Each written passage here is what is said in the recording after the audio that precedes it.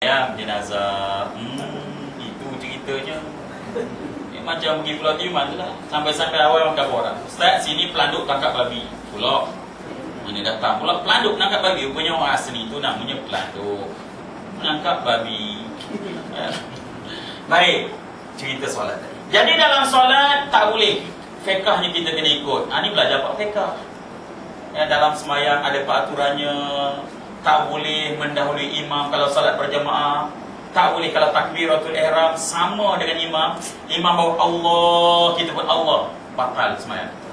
Pada takbiratul ihram. Pada pergerakan dalam semayang, kalau sama dengan imam, makruh. Kalau mendahului imam, ada hadis, bangkit di hari akhirat kepala keledai. Imam bawa Allah, dia pun ni tak ikut peraturan. Ini ilmu. Malulah kadang-kadang sekarang imam otai. Otai ni bahasa makruf all timer, orang lama. Ya, lutut dia dah sakit, dia Allah nak betul kena bangun. Yang makmum ni jadi belajar silat, bingkat, pam. Jadi bila Allah pam dia bingkat tu. Ni kata ilmu. Ya. Baik, dalam solat kena ada akhlak. Apa akhlak dalam solat? Tertib, khusyuk, ikhlas. Baik. Ini semaya mungkin kita rasa kecil lagi, kita luaskan. Dalam berniaga, ketiga-tiga kena ada. Akidah kena ada, syariat kena ada, akhlak kena ada. Dalam mengatur rumah tangga, akidah kena ada, syariat kena ada, akhlak kena ada. Dalam pengurusan kehidupan, akidah kena ada, syariat kena ada, akhlak kena ada. Dalam pentadbiran, akhlak, akidah kena ada, syariat kena ada, akhlak kena ada. Dalam seluruh bidang kehidupan, tak boleh lari daripada persoalan akidah, syariat dan akhlak. Baik, okey. Jadi memahami syariat, hidup bersyariat ni, takrif syariat secara mudah ialah peraturan yang datang dari Allah, ya, peraturan yang datang dari Allah yang dibawa melalui malaikat Jibril atau Jibrail. Boleh berlaku kadang-kadang jadi polemik, ada kata Jibril, ada kata Jibrail. Sebenarnya dalam sebutan sampai ada berbelas kalimah sebutan Jibril. Jibril, Jibrail, Jabrail, Jibran, Jabral. Ya, ini nama ni kalimah daripada bahasa Ibrani. Ibrani dalam bahasa Ibrani, il tu maknanya Tuhan. Mikail, ini bukan bahasa Arab. Israel, ya, Jibril. Ya, dulu tahun bila bulan puasa dijemput Tok Imam daripada Madinah, namanya Syekh Jibril. Imam Tarawih 10 hari akhir Ramadan di Masjid Negeri Kuantan. Malam pertama penuh, maklumlah Syekh Jibril kita tahu. Ya, saya seorang anak saudara saya, adik pupu saya letak nama anak dia tahun yang Syekh Jibril itu datang. Nama anak dia Jibril letak. Ya, malam pertama penuh, maklumlah pemain import. Ya, memanglah sedap bacaan. Malam kedua kurang dah. Tak ramai dah. Apa dia kata Allah? Kunut saja masa witir 40 minit. Kunut saja. Allah jatuh, angkat balik. Angkat semua ni, jatuh balik. Putu kata apa? Itu Jibril tu belum Israel lagi. Ya. Baik, Jibril datang melalui malaikat Jibril, ya, atau Jibrail, tak apalah, tak jadi polemik. Peraturan yang datang daripada Allah dibawa oleh malaikat Jibril, disampaikan kepada Rasulullah. Ya. Kemudian disampaikan kepada seluruh umat manusia. Itulah dia secara mudahnya. Ya, saya tak bawalah daripada pentakrifan Arabnya kitab mana, tapi kita ambil secara mudah. Syariat Allah ialah peraturan yang datang daripada Allah yang dibawa oleh malaikat Jibril, disampaikan pada Rasulullah, dan Rasulullah melaksanakan kerjanya selama 23 tahun sempurna. Jangan kata tak sempurna. Ya, 23 tahun sempurna syariat Allah yang Rasulullah sampaikan, yang terkandung secara besarnya dalam 5 hukum.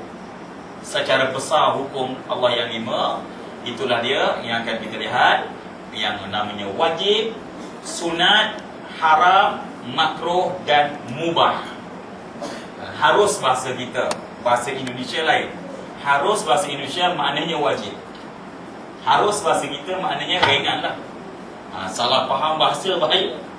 Dulu saya pernah dialog dengan pelajar-pelajar Indonesia bab poligami. Jadi saya pun katalah, poligami dalam Islam hukumnya harus. Rupanya harus bahasa Indonesia ni wajib. Gempar lepas tu kata saya ni mewajibkan poligami. Ulang dah, cuba tengok. Salah bahasa saja, dah lain ya. Gampang. Bahasa Indonesia biasa.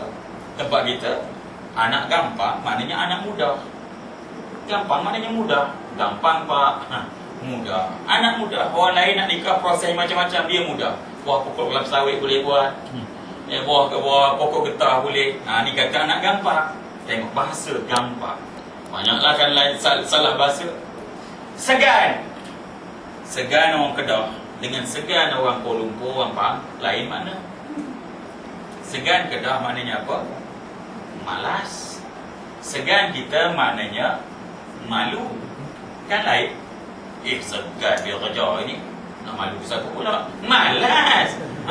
Itu segi bahasa. Jadi harus bawa ni bahasa kita, bukan bahasa Indonesia.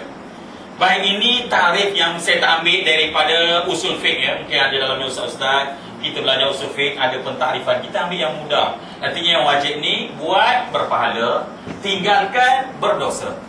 Sunat buat berpahala, tinggalkan tidak berdosa. Haram buat berdosa, tinggalkan berpahala. Makruh dibuat, tidak berdosa, tetapi bila mana ditinggalkan dapat pahala. Yang harus sama ada buat atau tinggal, tidak berdosa, tidak berpahala, tetapi diterjemahkan boleh jadi ibadah, perkara harus, perkara mubah.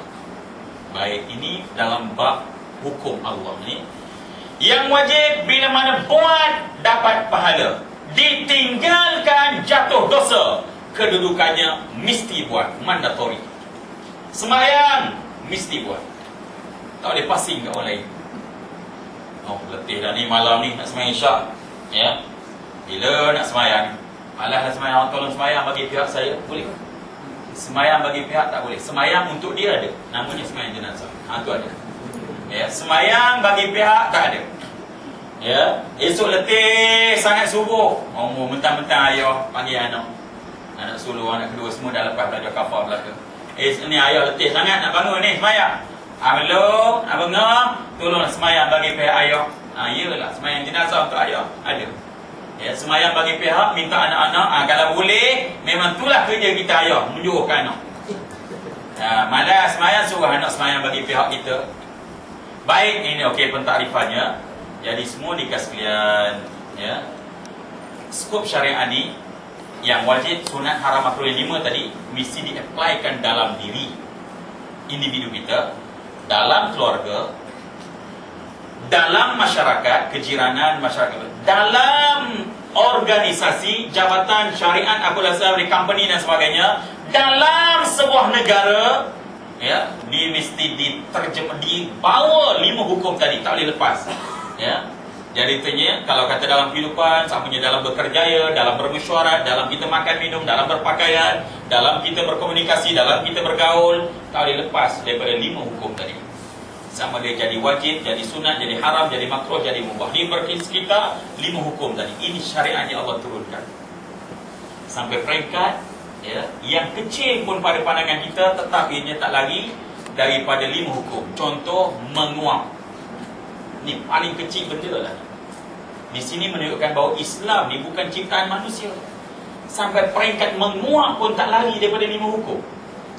Ada masa menguap jadi wajib, ada masa menguap jadi haram, ada masa menguap jadi harus, makruh, mubah. Ni artinya menguap benda yang kecil.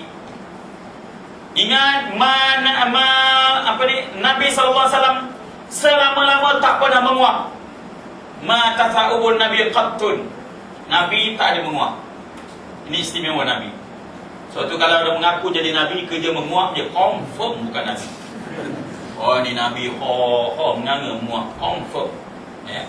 Nabi tak ada menguap. Tak ada ya, Nabi tak ada. Itu istimewanya Nabi. Banyaklah kisah Nabi ni. Nabi tidak ada menguap.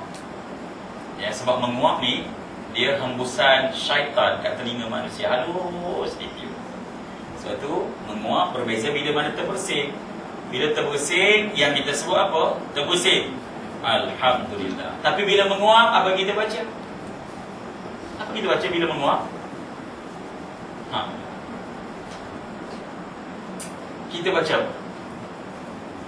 Allahumma barik lana fima la ilaha illallah. Doa makan juga.